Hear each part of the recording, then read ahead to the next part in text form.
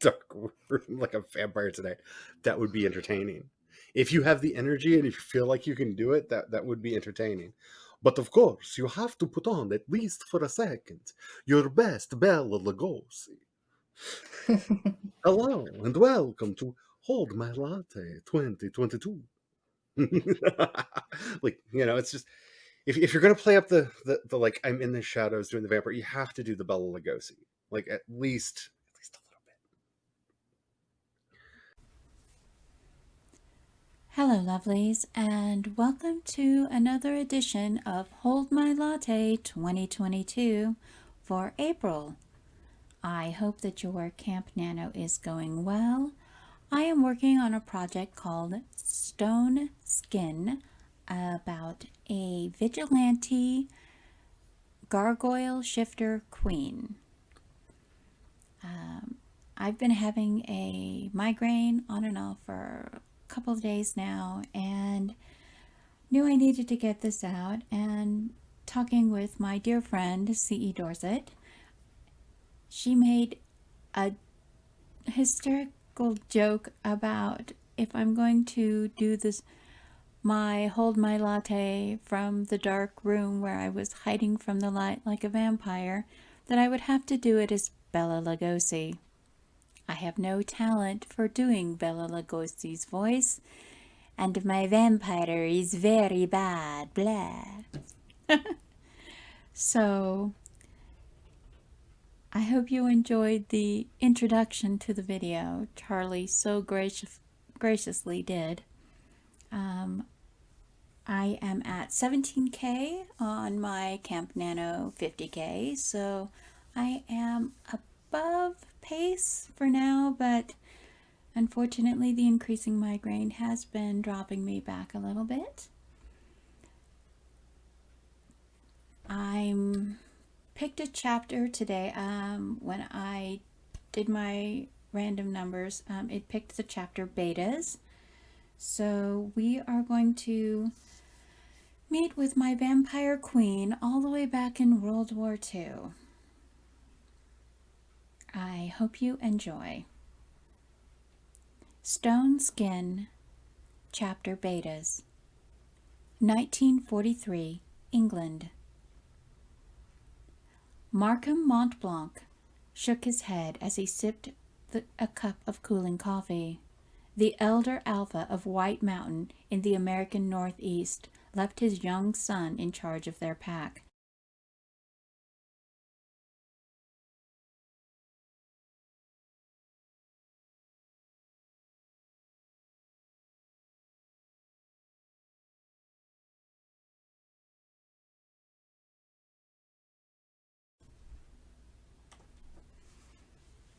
He came to fight for the freedoms of all species, as many had.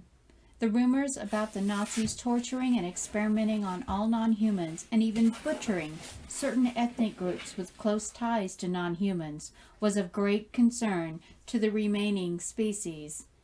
Yet several still refused to become involved in the war between the human political powers. The most numerous and sentient species on the planet was waging another mass campaign as it had done repeatedly for thousands of years.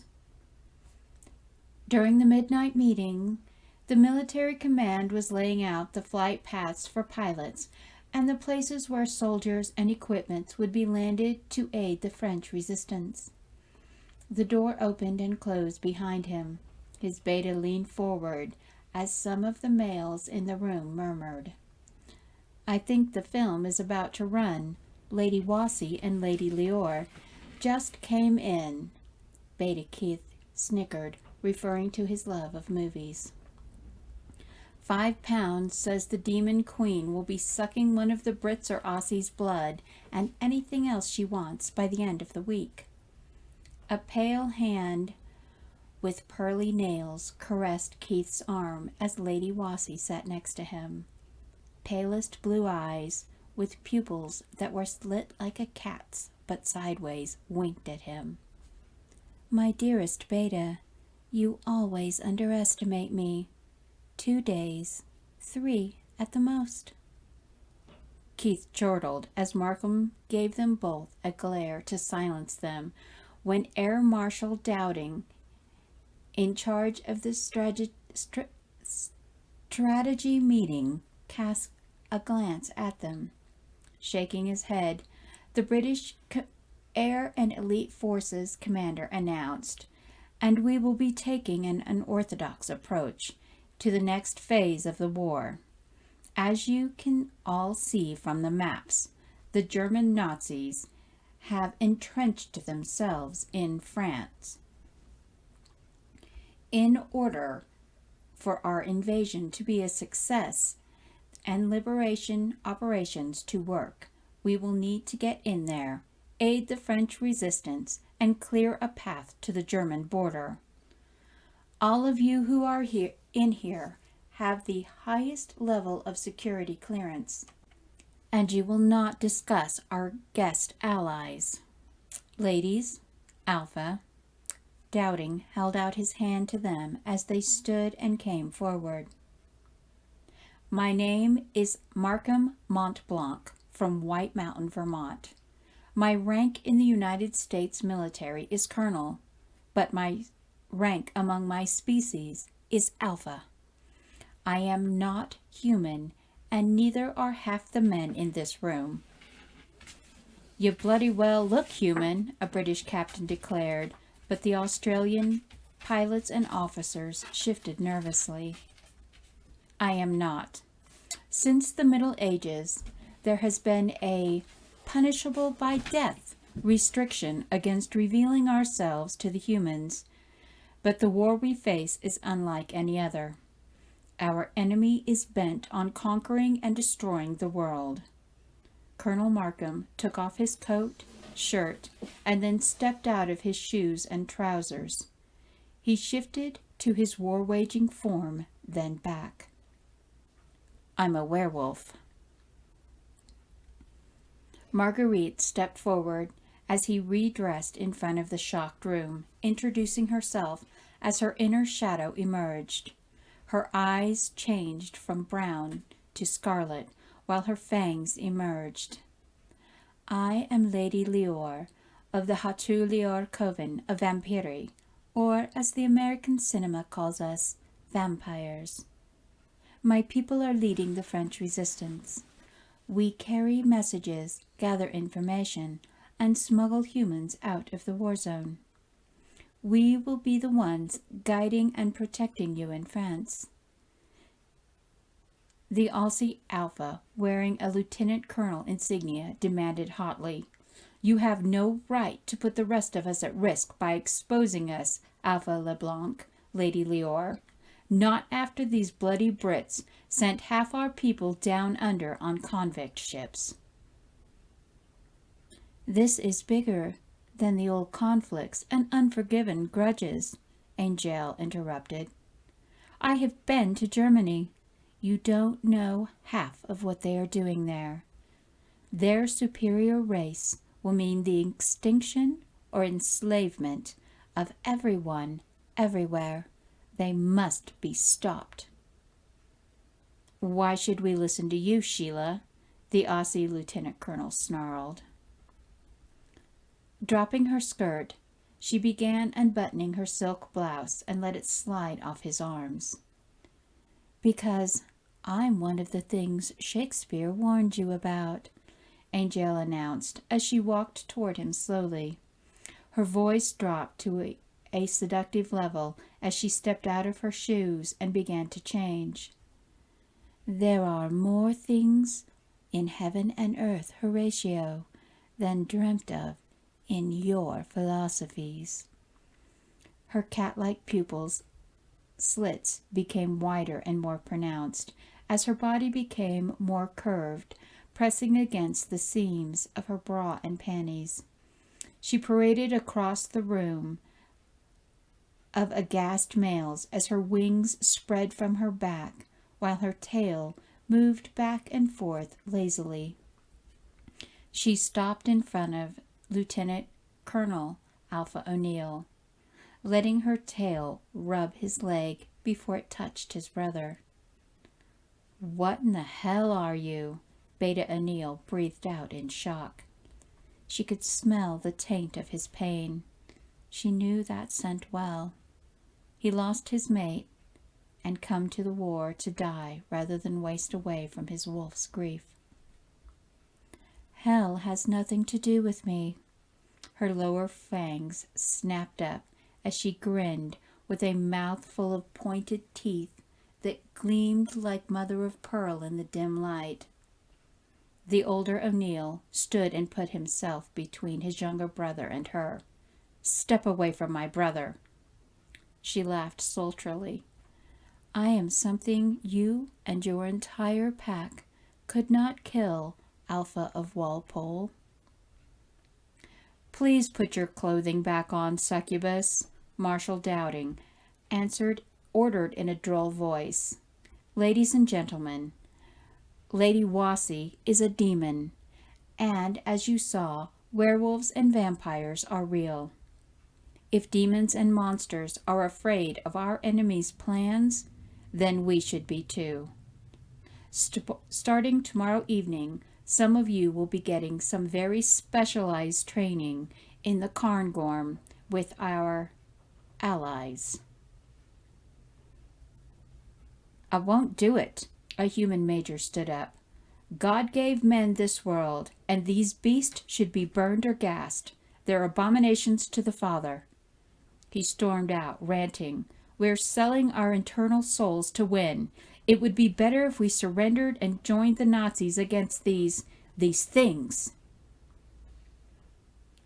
The demoness made a few clicking sounds to tell Aurore and D'Artagnan to follow him and make sure he wasn't a spy, then muttered aloud, "Cowardly male." Looking around, she smirked at the remaining males. "Does anyone else fear for their souls? Would it make you feel better to know I was raised by Benedictine monks and have spent most of my very long life working with the Church of Rome?" She pulled down the backside of her panties with the tip of her tail. "I practically have property of the Catholic Church stamped on my derriere. See?" The Aussie Beta tipped his head, insisting, "I can't quite see it, Sheila." She slapped the pale cheek loudly. "Can you see it now?" She started to step backwards toward him, but the Alpha of White Mountain stopped her. "Enough, Anutari. You're no angel despite your first name." Markham scolded as Marguerite held out her clothes. "Let the pup be." "You never let me have any fun, Alpha," she pouted as she started to walk away from him. Her tail tip caressed the cheek of the mate-lost beta wolf. She winked at him over her shoulder, then announced to the horrified shock of his fellow packmates and soldiers, "Oh, yes, you'll do nicely, Beta O'Neill. And I promise I won't devour your soul unless you really want me to." Beyond her, Air Marshal Dowding rolled his eyes and continued as the soldiers and airmen in the room tried to pay attention to the briefing and not watch the beautiful pale succubus slowly dressing like a burlesque show in reverse.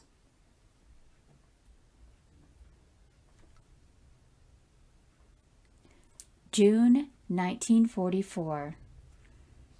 A plane flew through the rough turbulence and blinding clouds.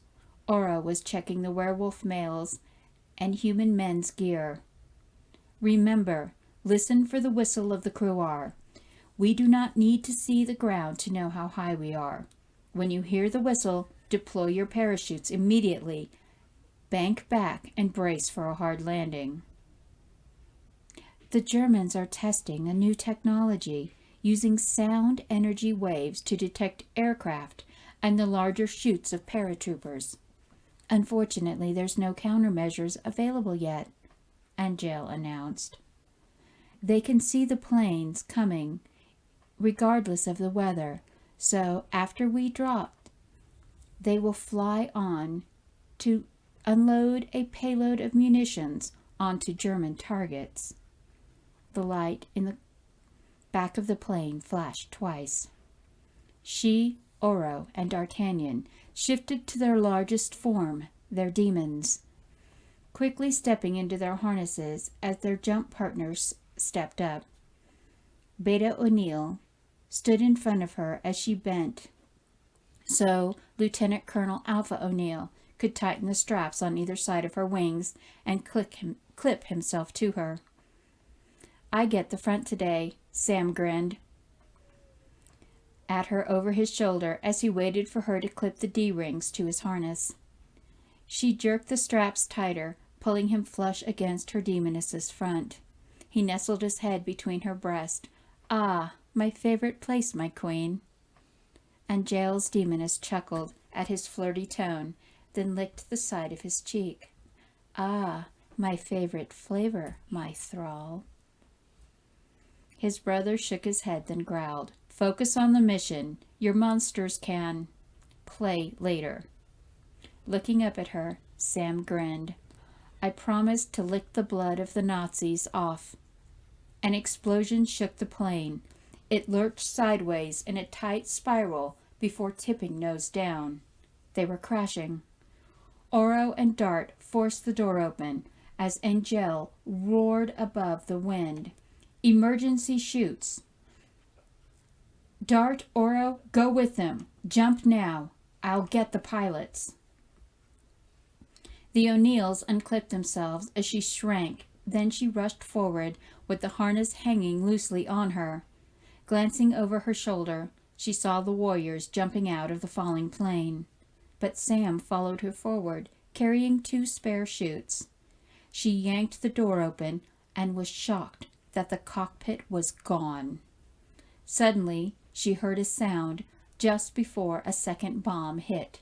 She turned and barely got her wings wrapped around Sam before she was knocked unconscious. She woke up in Sam's arm. Uncertain if he was real or not, she touched his face. Above his shoulder, she could see the waves of bombers being decimated. "Need blood," she murmured. Her whole body was bruised, but she couldn't let herself petrify to heal. She needed to get to those artillery sites and destroy them. Rolling up his sleeve, he put his forearm to her mouth. "Take as much as you need, my queen." She shivered as she drew the werewolf blood into her system. The effect only took minutes. Werewolf blood acted like fuel on a fire to her natural healing. He kissed her as she trembled. "We were sold out, Angel. Someone put a bomb on our plane in the cockpit. I smelled it before the shell hit us. Someone tried to kill." He didn't finish, because his face exploded in a spray of silver fragments, and emerald powder. It stung. She leaped away from Sam's body before it slumped. Her heightened senses smelled a familiar human, one she had been forced to keep in their group despite her distrust of him. Her natural camouflage allowed her to fade into the barren, bombed forest as the human cursed. "I knew you were a traitor, Kilpatrick," she snarled. "I'm not a traitor. I'm loyal to God." "You're a Nazi sympathizer," she accused as she wiped her face and eyes, escaping to hide behind a different tree. "I don't agree with Hitler's crazy superior race propaganda, but I do believe demons and monsters should be destroyed. There is no place on earth for your kind, Lady Wasi. The war is almost won. We don't need you to win it for us. They told me how to kill you, so come out and face your death like the condemned soul you are." Climbing a tree, she leaped to the next, then the next. Finally, she managed to get behind him. She dropped on him from above. Her tail seized his wrist, holding the pistol with the silver and emerald rounds in it away from her.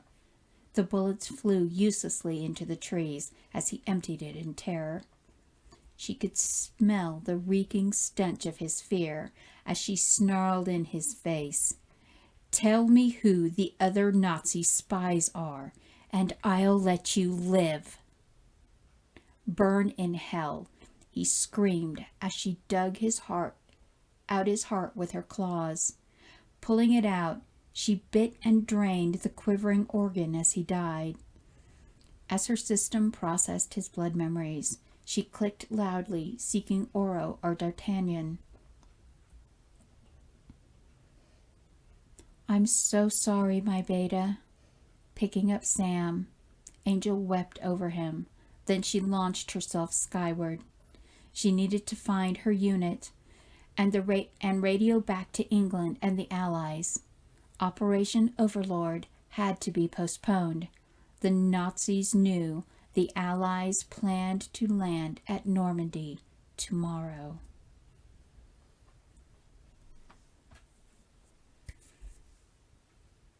So that's part of the historical stuff that I'm doing. I have 800 years of historical events that you will be viewing through Angel's memories. She's quite saucy and flirty, and she does have a preference for werewolves, as you can hear. I hope you enjoyed this.